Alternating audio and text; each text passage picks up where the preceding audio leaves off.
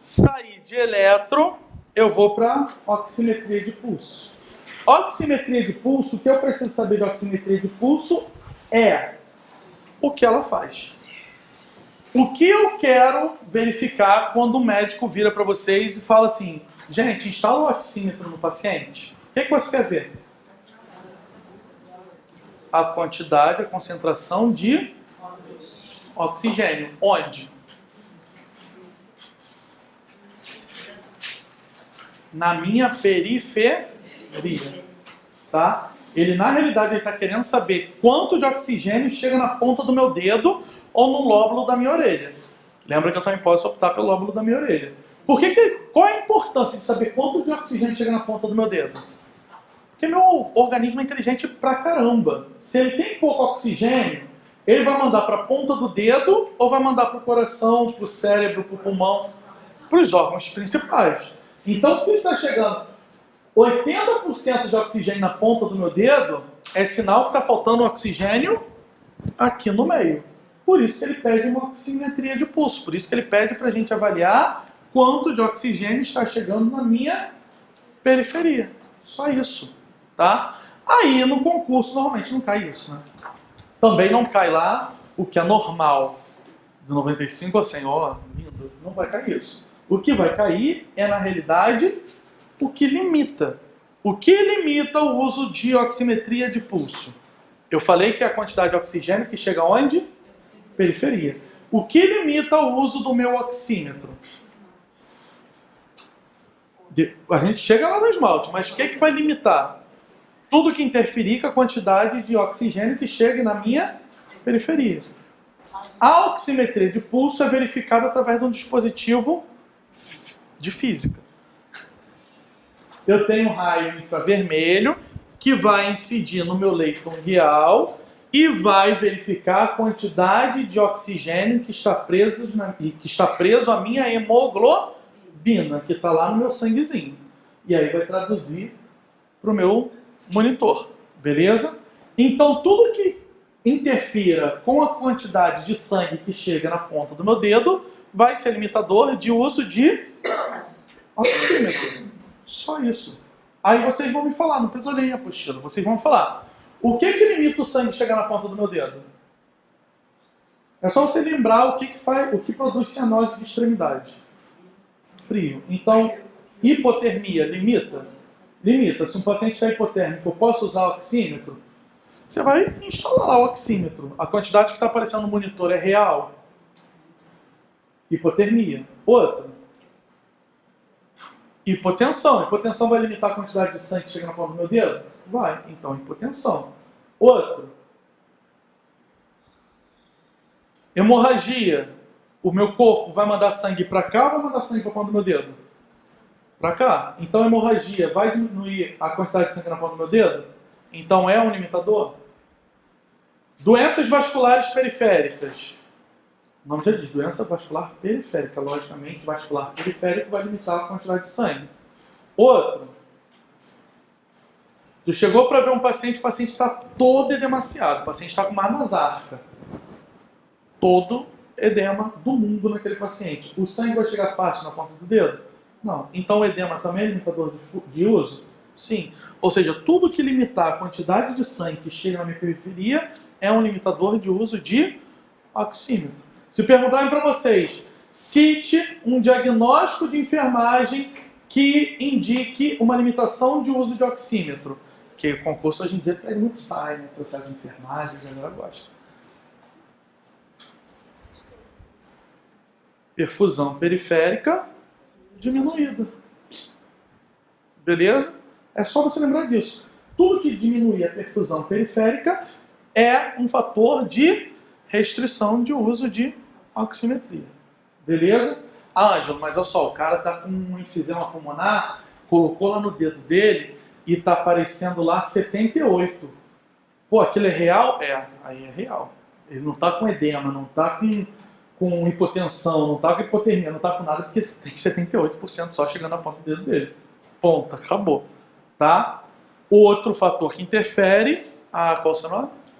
A Juliana falou aqui que é o esmalte. Por que o esmalte interfere? Isso aqui não é raio infravermelho? Quando bate no esmalte, o que vai gerar no esmalte? Reflexo. Putz, quando teve reflexo, lembra, ó, reflexão física. Não passa a quantidade toda do raio que incide naquela superfície. Logicamente, isso é um fator limitante. Por que eu coloco essa figurinha? Para falar que isso aqui eu não posso utilizar. Chegou na minha unidade, está com um esmaltezinho na mão. O que eu tenho que fazer? Tirar o esmaltezinho. Ah, o paciente chegou no CTI, eu olhei para a mão do paciente, está cheio de esmalte. Acabou, gente. Tem que arrumar lá um álcool, acetona. Essas unhas de acrigel, né, porcelana, essas coisas, tudo isso aí. Já teve situação de ter que pedir para o familiar chamar lá a manicure para ir lá no CTI tirar a unha de acrigel. Acontece, mas tem que tirar, porque senão não dá para usar o oxímetro nesse paciente, tá? Agora, se fala para você sobre patologias, eu tenho uma patologia que é um fator limitante extremo de uso de oxímetro, que é o quê? Lembra que o raio infravermelho passa pelo meu leito ungueal e vai lá na minha hemoglobina e vê a quantidade de oxigênio que está ligada à minha hemoglobina. Me diz uma patologia onde a quantidade de hemoglobina diminui na minha corrente sanguínea. Anemia. Então, o paciente com anemia, ele tem limitação de uso de oxímetro. Para ser mais específico ainda, bom dia. Por exemplo, se está lá na historinha triste do paciente lá, que o paciente deu entrada na unidade com um quadro de anemia falciforme. Eu vou botar o oxímetro, vai ter a quantidade correta aparecendo no monitor? Não, porque a anemia falciforme, a minha hemoglobina vai lá no chão. Então, a anemia é um fator limitante. Se falar sobre medicação, qual é a medicação que vai limitar o uso de oxímetro? Vasodilatador ou vasoconstrictor? Vasoconstrictor. Vasoconstricção, exemplo, noradrenalina, faz vasoconstricção periférica. Quem trabalha, já trabalhou, já passou um estágio, já passou um dia no CTI que seja, sabe que se a noradrenalina está muito alta, é só você olhar para a pontinha dos dedos do paciente. Se tiver com cianose, significa que a perfusão periférica está indo embora. Se eu não fizer nada, vai necrosar, vai ter que amputar. Então, vasoconstrictores também são fatores de limitação de uso de oxímetro. Nessas situações, se eu tenho limitação de uso, Ângelo, como que eu vou saber a quantidade de oxigênio que está chegando nesse paciente, a quantidade de oxigênio que tem no sangue desse cara? Gasometria, não tem jeito. A gasometria é um método invasivo que eu vou utilizar como opção quando eu não puder usar um método não invasivo, que é a oximetria. Show de bola? Outro cuidado de enfermagem importante, não esquecer do rodízio de sensor, tá? Rodízio de sensor, se eu deixo muito tempo no mesmo dedinho do paciente, é mole da gente descobrir. Por quê? A pressão e a incidência daquele raio infravermelho faz aparecer uma pintinha preta bem no leito ungueal, aquela ali é necrose. Porque eu não estou fazendo rodízio. Na gente é mole, que vai ficar só uma pintinha preta. Se é no neonatal, acaba amputando até aquele dedo, aquele membro do paciente. Tá? Em neonatologia, isso aqui é muito mais drástico, a gente faz com muito mais rigor, mas logicamente na adulta também tem que fazer. É um fator de qualidade de serviço de enfermagem. Um dos fatores indicadores é isso. A gente olhou, tem lá a pontinha preta, já era. Já sabe que ali nego não faz rodízio de oxímetro. Tá? Alguns falam que o rodízio tem que ser feito a cada 2 horas, outros falam que deve ser feito a cada troca de plantão. Show de bola? Foi? Acabaram as não invasivas. Agora a gente vai para as invasivas. Invasiva. Não sei por que São Paulo liga tanto para mim. Só porque eu estou jogando dinheiro. Agora a gente vai para as invasivas. As invasivas, eu tenho a minha PAM, eu tenho a minha PVC, eu tenho a minha PIA, eu tenho a minha PIC e eu tenho o meu swangante. Vamos lá. Deixa eu ir ponto a ponto com vocês. O que eu botei nessa apostila de hoje de vocês? PAM, PVC e PIA. Por que eu não coloquei PIC? Porque quando a gente fala da parte neurológica, vocês vão ouvir falar de PIC tantas vezes que vocês vão enjoar. Mas o que é a PIC? É a pressão intracraniana. É feita através de um catéter que eu insiro na calota do paciente ou não médico através de uma cirurgia. Ponto. Por que eu não coloquei Swan-Ganz? Porque a Swan-Ganz é muito raro de pedir em concurso, é muito raro da gente utilizar, e aí eu vou informar para vocês e vocês vão escrever na apostilazinha como uma observação para ficar mais fixo na cabeça de vocês, porque é muito raro, mas eu gosto sempre de citar, porque vai que, né? Mas, o que cai muito? PAI, pressão arterial invasiva, e PVC. Isso é de praxe. Primeira coisa, cuidados de enfermagem. Vamos lá. Isso aqui, isso aqui, isso aqui e isso aqui, eu sempre vou utilizar, seja na PAM, seja na PVC, seja no Swan-Ganz, seja na PIA, tá? Equipo de monitorização invasiva, soro fisiológico, bolsa pressórica e o conector do meu transdutor. Isso eu sempre vou utilizar, beleza? Quais são os cuidados de enfermagem que eu tenho que ter? Primeiro ponto.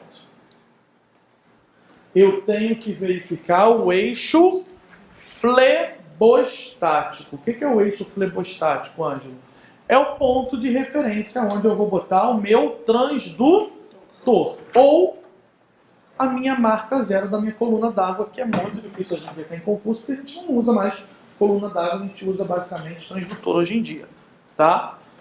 Onde fica o eixo flebostático? Está aqui no quadro, na tela para vocês. Quarto espaço intercostal, folhinha média axilar. Eu coloco meu paciente em um ângulo de cabeceira de no máximo 60 graus e vou lá e conto. 1, 2, 3, 4. Quarto espaço intercostal, linha axilar, média. Juntou os dois. Esse ponto é o meu eixo flebostático.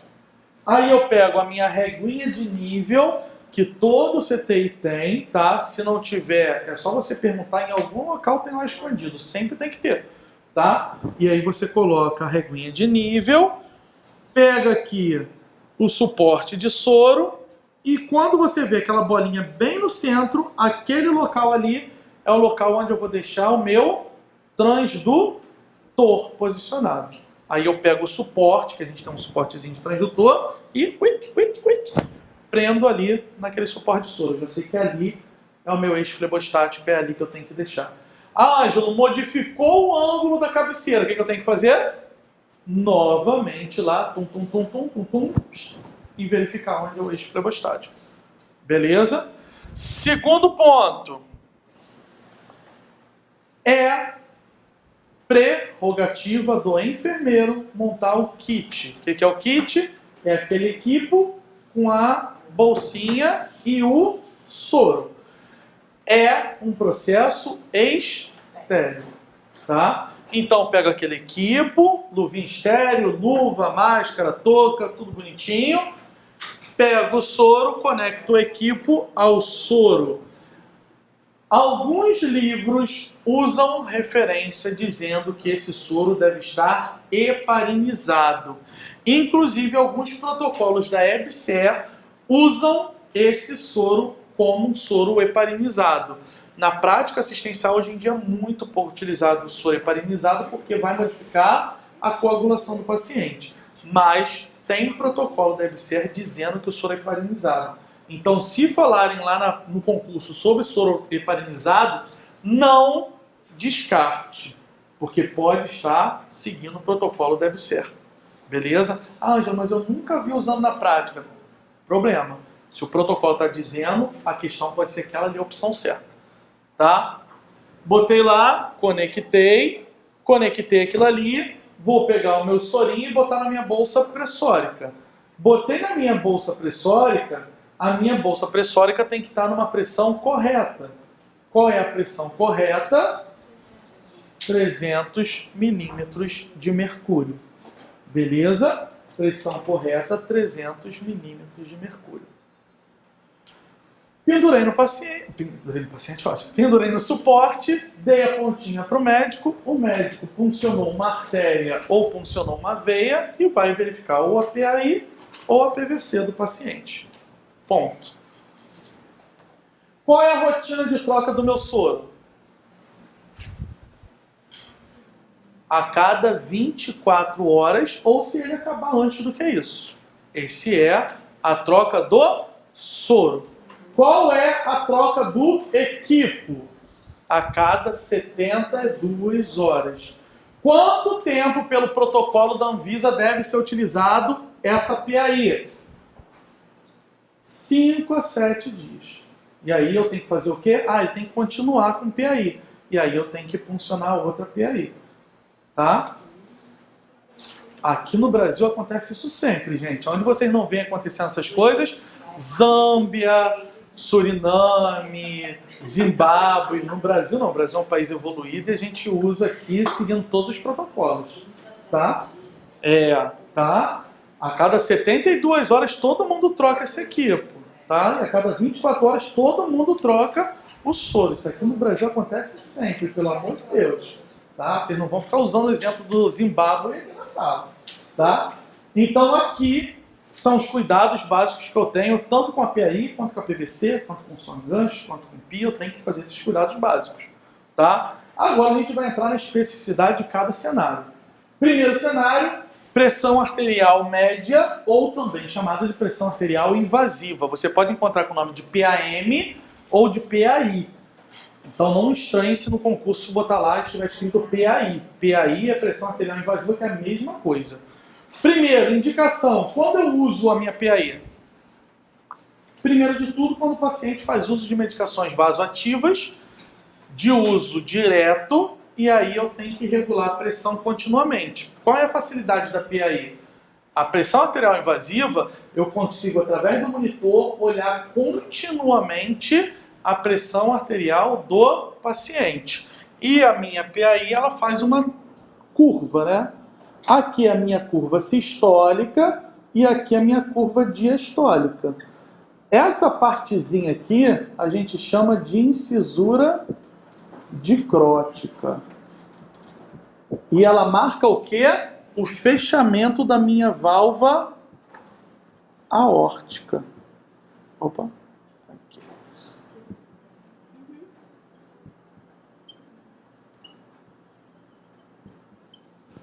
Tá? Isso aqui é importante porque, de repente, podem perguntar para vocês sobre o balão intraórtico. E o balão intraórtico ele está diretamente ligado a essa incisura dicrótica. Tá? Na parte de cardio eu vou explicar para vocês o que é esse balão intraórtico. Hoje é só para informar para vocês o que é a incisura dicrótica. Beleza? Então aqui minha linha de sistólica, aqui minha linha de diastólica. Acabou. Tá? Ou esse cara está usando uma medicação vasativa, o paciente está usando nitroglicerina, o famoso Tridil, vai usar PAI. O paciente está usando noradrenalina, vai usar PAI. Ou o paciente está num pós-operatório de cirurgia de grande porte, vai usar PAI. Ou o paciente está em uso de ventilação mecânica, vai usar PAI. Então são pacientes que eu necessito fazer o acompanhamento contínuo da pressão arterial dele. Beleza? Ângelo, a PAI só serve para ver pressão arterial? Não. O sítio da PAI, com essa conexão, com o equipo, tudo bonitinho, vocês vão ver que o equipo ele tem uma linha que a gente pode aspirar e coletar sangue para exames laboratoriais. Por exemplo, eu tenho um paciente grande queimado. É difícil a vera você conseguir funcionar para coletar sangue, só que eu tenho que coletar sangue o tempo inteiro daquele cara. O que o médico normalmente faz?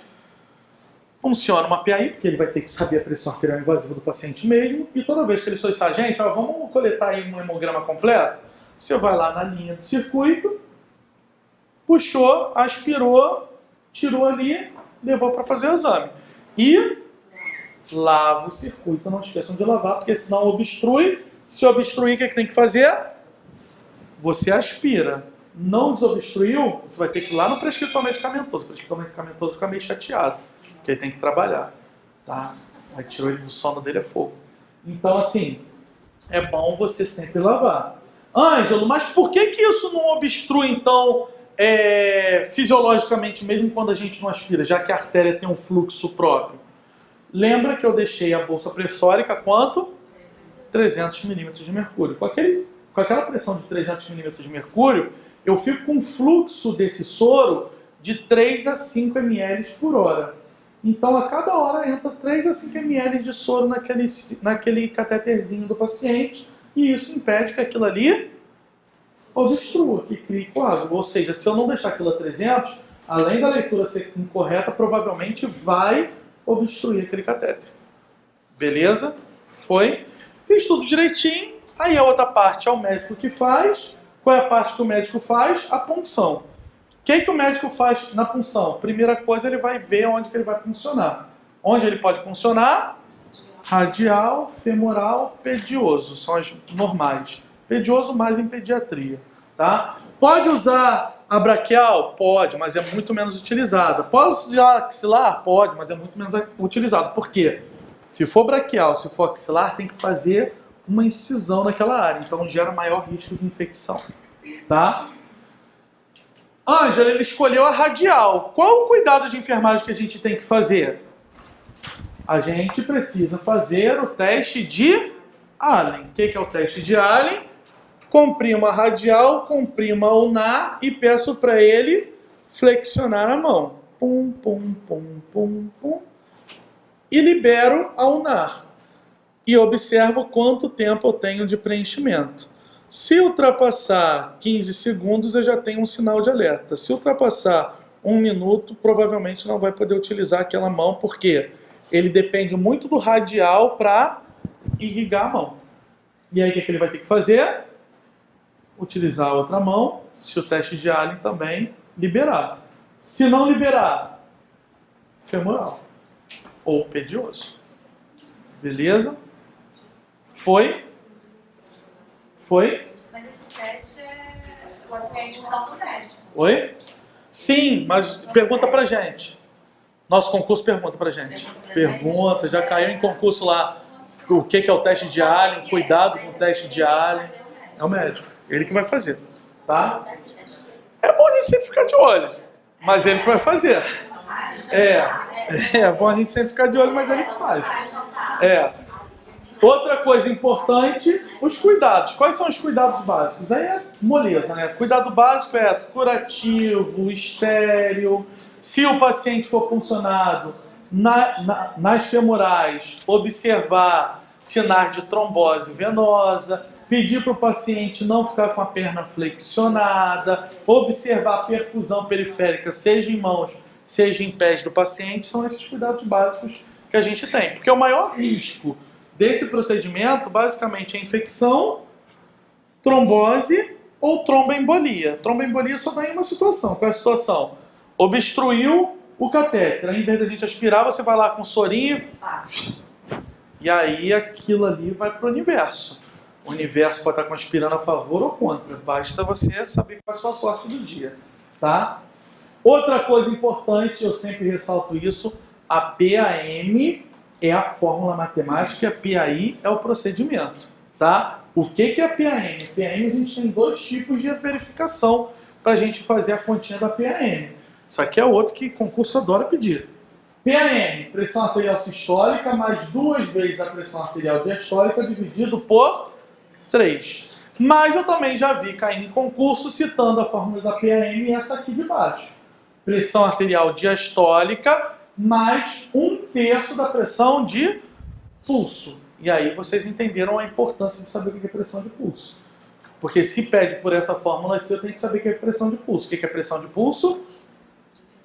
A diferença entre a pressão sistólica e a pressão diastólica. Então, basicamente aqui, eu vejo quanto deu de pressão diastólica e faço a pressão sistólica menos a diastólica, divido o número que eu obtive aqui por 3 e somo. Somei, o valor tem que estar entre 70 e 100. Se tiver abaixo de 70, hipotensão. Se tiver acima de 100, hipertensão para o paciente. Show? Beleza? Aqui eu já falei dos locais de punção, os cuidados de enfermagem também já falei, as complicações eu também já falei.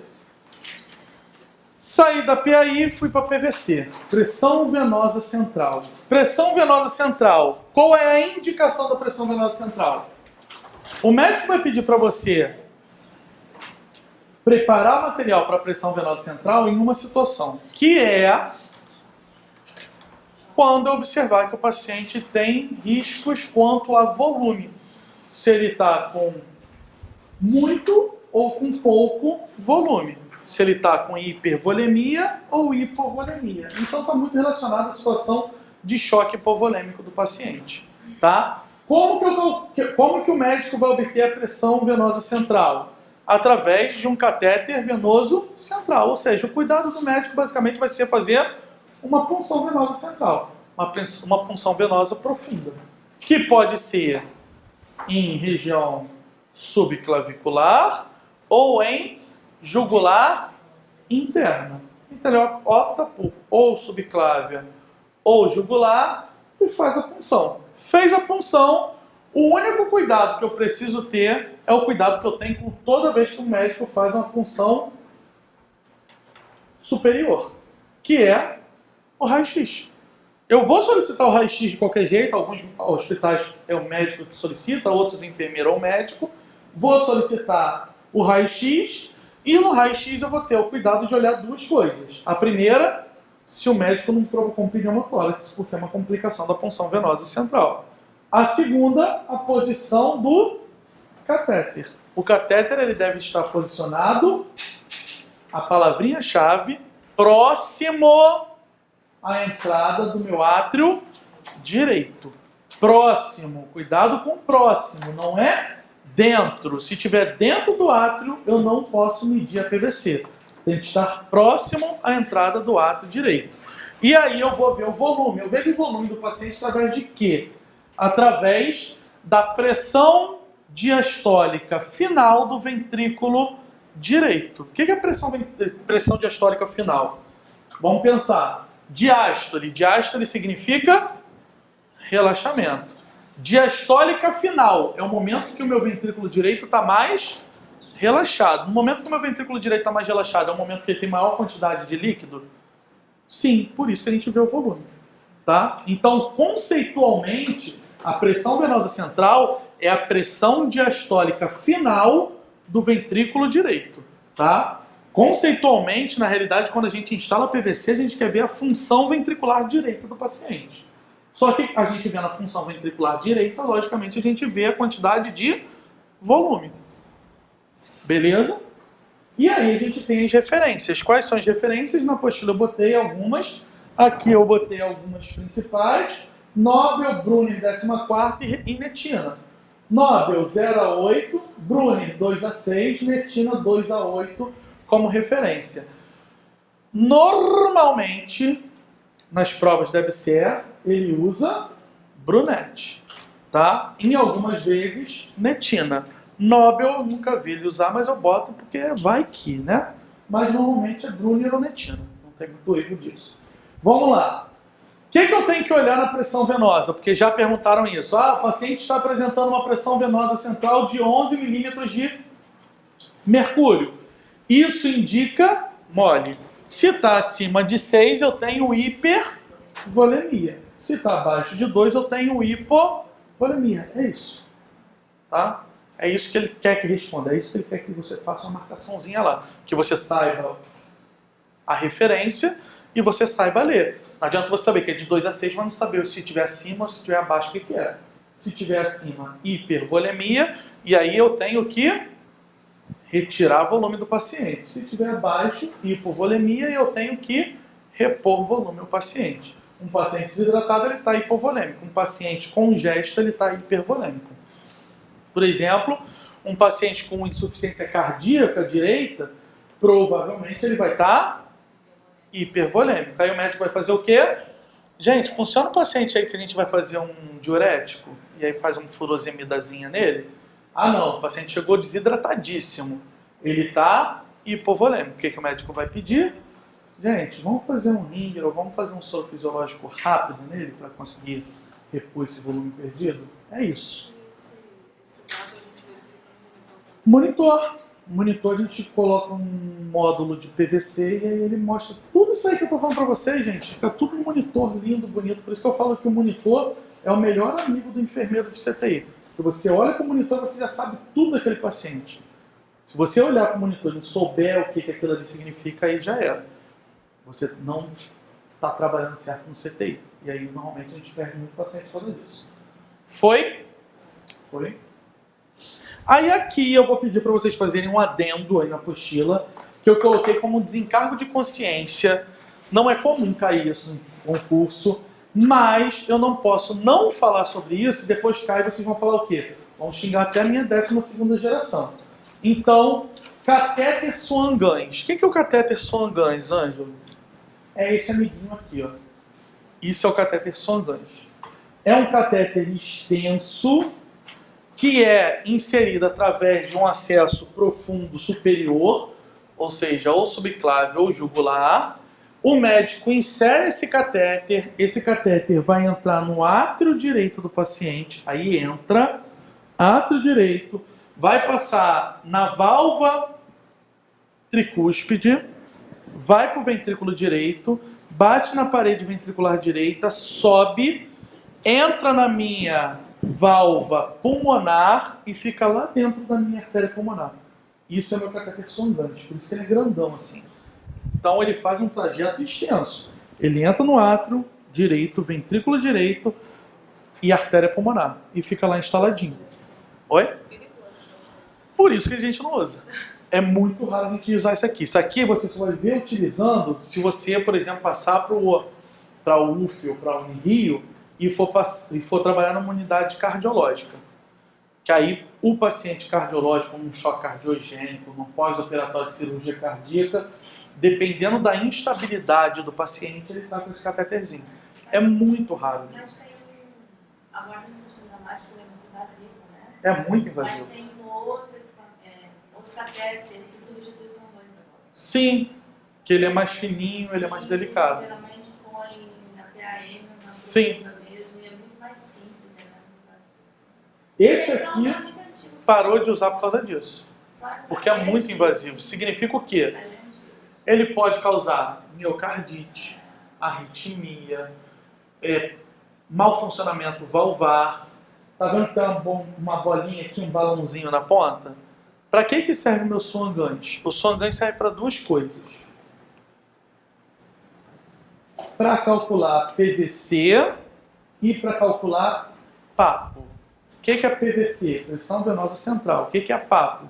Pressão da artéria pulmonar ocluída. Só serve para isso. Pressão venosa central na via proximal, pressão da artéria pulmonar ocluída na via distal. Só, única e exclusivamente para isso. Alguns catéteres mais modernos, Swan-Ganz, você consegue calcular o débito cardíaco através de diferença de temperatura, porque tem um termostatozinho, tá?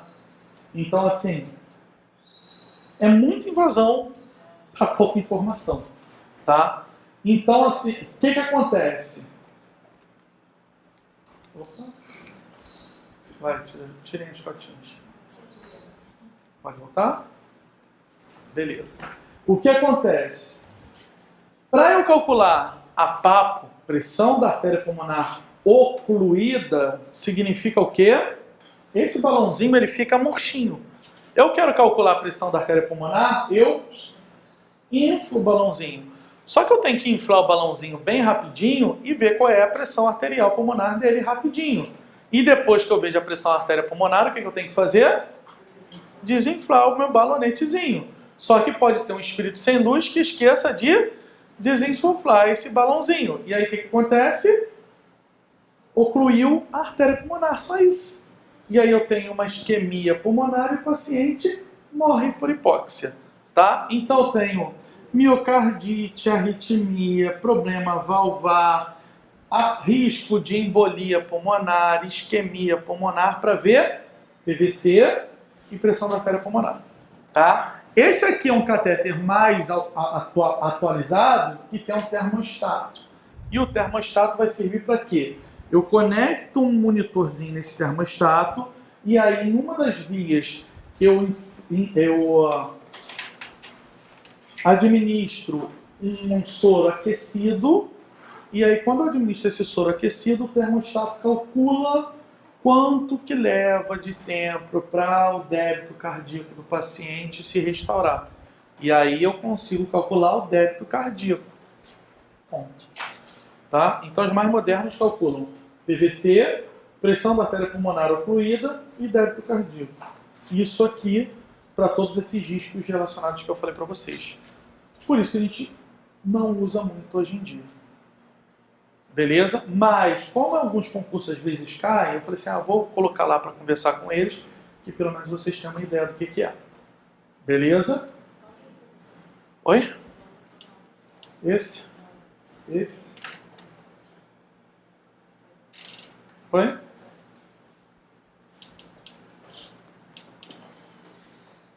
E aí, por último, lembrem-se que eu não falei da PIC, porque a PIC a gente vai falar da aula específica sobre PIC. Pressão intraabdominal. Pressão intraabdominal é outra pressão que dificilmente a gente usa, que dificilmente a gente cita, que na graduação é muito difícil falar, e em pós-graduação também é muito difícil falar, que é a pressão intraabdominal. A pressão intraabdominal, qual é a indicação de pressão intraabdominal? Basicamente, quando eu tenho um quadro de risco de isquemia mesentérica. O que é isso, Ângelo? Quando o paciente tem uma ascite muito intensa, pode diminuir a perfusão da área abdominal do paciente. E essa diminuição de perfusão abdominal pode gerar uma necrose do meu tecido abdominal, que é a isquemia mesentérica. Nessas situações, o médico pede para calcular a PIA. Então a PIA, basicamente, a gente vai verificar quando o paciente tiver uma ascite bizarra, quando o paciente tiver um trauma abdominal severo, e aí o médico pede para instalar a PIA. Por que a EBSERH às vezes pede PIA e já pediu em concurso? Porque a PIA normalmente é feita por um procedimento de enfermagem. A PIA eu calculo através de um catéter vesical de demora. Ângelo, é só isso? É só isso. Eu ensino um catéter vesical de demora tri-way, triplo lumen. Um lumen vai ficar para minha bolsa coletora. Um lumen vai ficar para o balonetezinho. E um lumen fica para o sistema de PIA. Só isso.